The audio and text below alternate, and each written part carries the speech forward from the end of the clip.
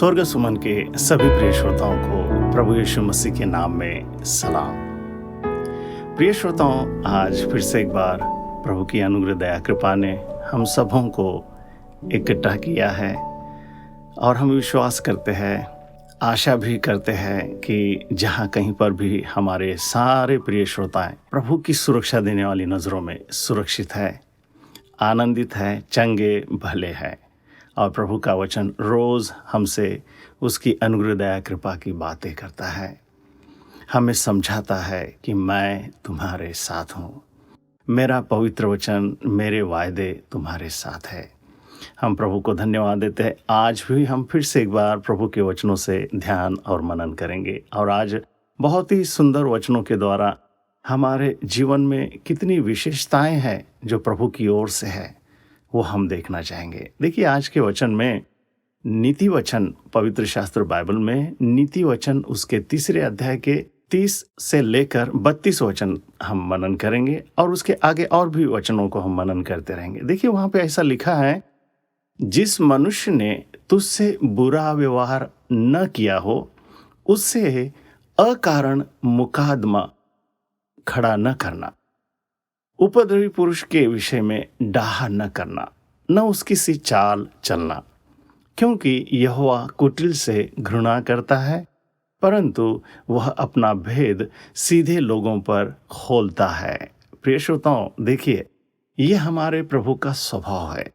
इस प्रकार के लोग अगर हम हैं तो आज प्रभु मुझे और आपको चेतावनी देते हैं। बाइबल में लिखा है, हमने पिछले दिनों में इस पर ध्यान और मनन किया था।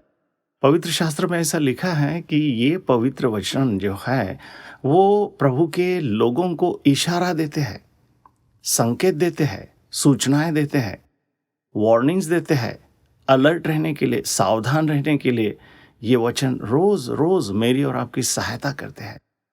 इन वचनों से मैं संभालना है अपने आप को, सुरक्षित करना है अपने आप को। इस प्रकार के स्वभाव में हमें नहीं रहना है जो अभी अभी हमने पढ़ा है। वहाँ पे मैं फिर से एक बार उन वचनों को पढ़ना चाहूँगा। बहुत सुंदर वचन है, ताकत देने वाले वचन है ये। देखो, वहाँ पे लिखा है, जिस मनुष्य ने तुझसे बुरा व्यवहार न किया हो उससे अकारण मुकदमा खड़ा न करना, उपद्रवी पुरुष के विषय में डाह न करना, न उसकी सी चाल चलना, क्योंकि यहोवा कुटिल से घृणा करता है, परंतु वह अपना भेद सीधे लोगों पर खोलता है। मैं ये वचन दोबारा पढ़ने का कारण यही है प्रिय श्रोताओं, कई बार गलती से समझबूझकर जाने अनजाने में हमारे अंदर ऐसे इस प्रकार के स्वभाव हम पालते हैं, हमें समझ में भी नहीं आता है।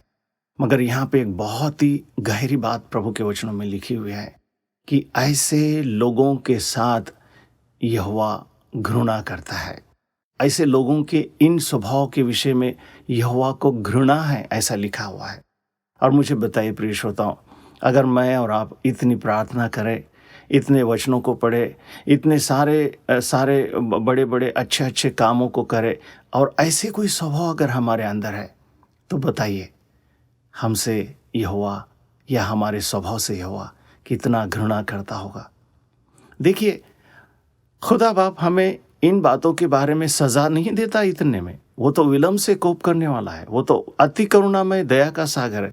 मगर ऐसी बातों से हमारे साथ प्रभु का कोई मेल नहीं है, कोई मेल नहीं है, किसी भी प्रकार का कोई वास्ता नहीं है। प्रभु तो सीधा कहेगा, वचन में लिखा है ये बातें कि मेरी और तुम्हारी कोई पहचान नहीं थी, मैंने कभी भी तुम्हें जाना नहीं, कभी भी मैंने तुम्हें देखा भी नहीं है, क्योंकि तुम ऐसे स्वभाव में थे, तुम अपने इन स्वभाव में तुम मगन हो चुके थे। प्रभु का वचन कहता है, कुटिल से यहोवा घृणा करता है। ये कुटिल स्वभाव है, ये बहुत ही गंदा स्वभाव है प्रिय श्रोताओं। इस प्रकार के स्वभाव में हम नहीं रह सकते। आगे बहुत सारे वचन है, मगर थोड़ा थोड़ा करके हम देखते रहेंगे। आगे और एक वचन है, नीति वचन 19 के 23 में ऐसा लिखा हुआ है, यहोवा का भय मानने से जीवन बढ़ता है। सवाल ये उठता है, मुझे किसका भय है? मुझे यहोवा का भय होना चाहिए। और उस भय के विषय में भी बाइबल में लिखा है, आदर युक्त भय होना चाहिए, दूसरा वाला भय नहीं होना चाहिए। मुझे ऐसा होगा, मुझे वैसा होगा, मुझे ये करेगा, वो करेगा, नहीं। प्रिय श्रोताओं, मेरा और आपका प्रभु प्रेमी है, अनुग्रहकारी है, दयालु है, मुझे हमारे प्रभु के विषय में हमारे अंदर जो भय होना चाहिए उसके विषय में बाइबल में हमने पिछले दिनों में मनन भी किया था।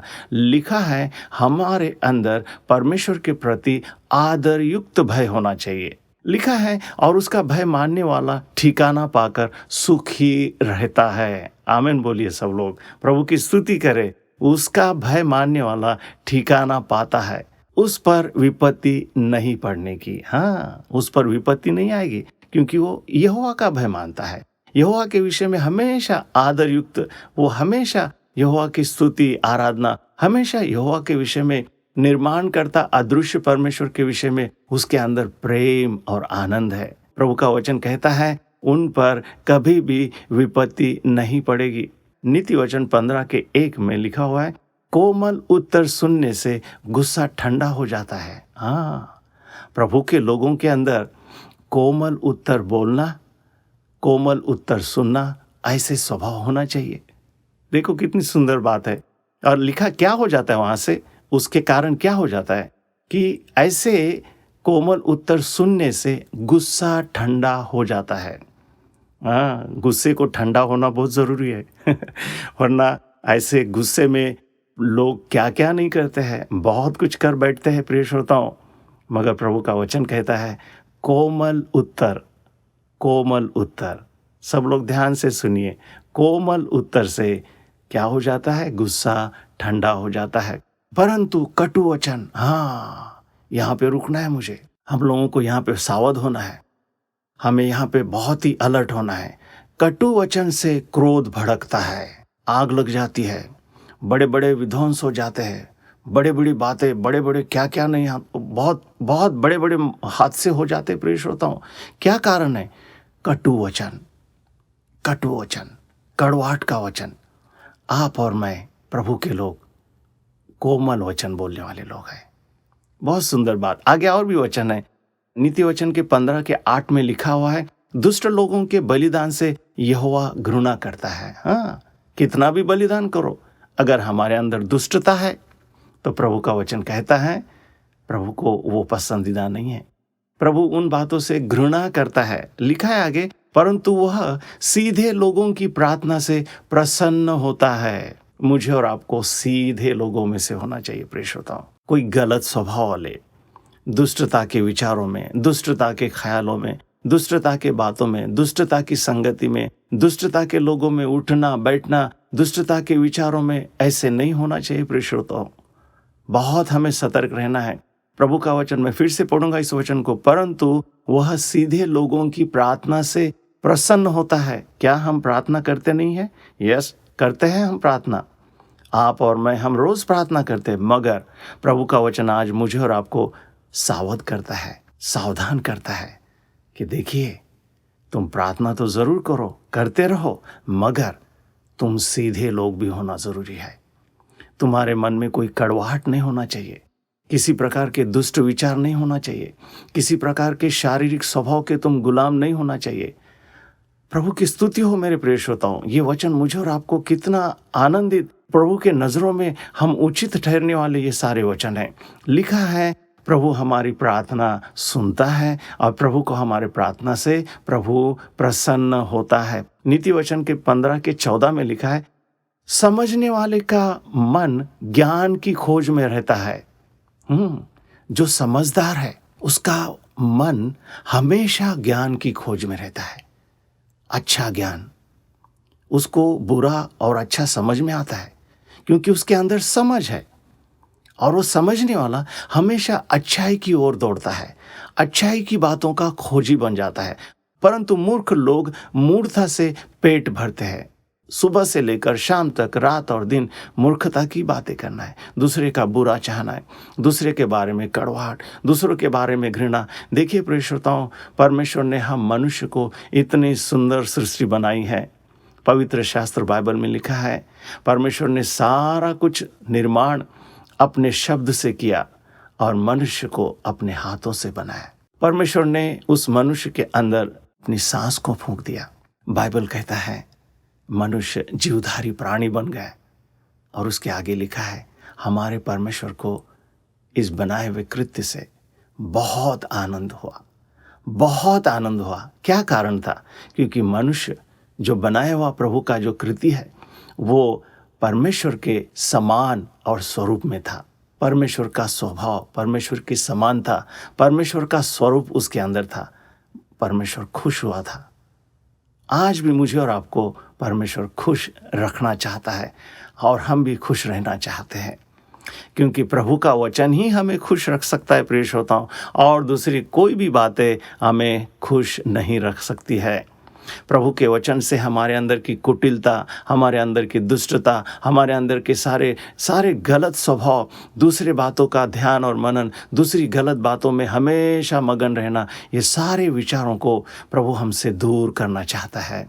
हमें रहना है तो प्रभु में आनंदित रहना है, प्रभु के वचनों में हमें आनंदित रहना है, रोज़ प्रभु की बातें करते रहना है। आपस में एक दूसरों को मिलते हैं तो प्रभु के विषय में हमें कहना है, प्रभु ने किए हुए आश्चर्य कामों का बखान करना है, प्रभु ने मेरे और आपके जीवन में क्या किया है, इन बातों से एक दूसरों को तसल्ली देना है, एक दूसरों को सांत्वना देना है। प्रिय श्रोताओं, इन्हीं बातों को समझाने के लिए, इन्हीं बातों का प्रचार करने के लिए, यही बातों की जाहिरात करने के लिए प्रभु ने मुझे और आपको बुलाया है। हम इस संसार में प्रभु के विषय में बोलने वाले लोग हैं। प्रिय श्रोताओं, हम अच्छी बातों को करने वाले लोग हैं, अच्छी बातों को सिखाने वाले लोग हैं, और दूसरी कोई दुष्टता हमारे मन से, हमारे मुखों से, हमारे स्वभाव से जाहिर न हो।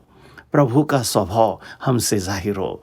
वचन कहता है प्रभु प्रेम है, हम प्रेम करने वाले लोग होना चाहिए। पवित्र प्रेम में हम एक दूसरों को प्रभु के बारे में कहने वाले लोग होना चाहिए।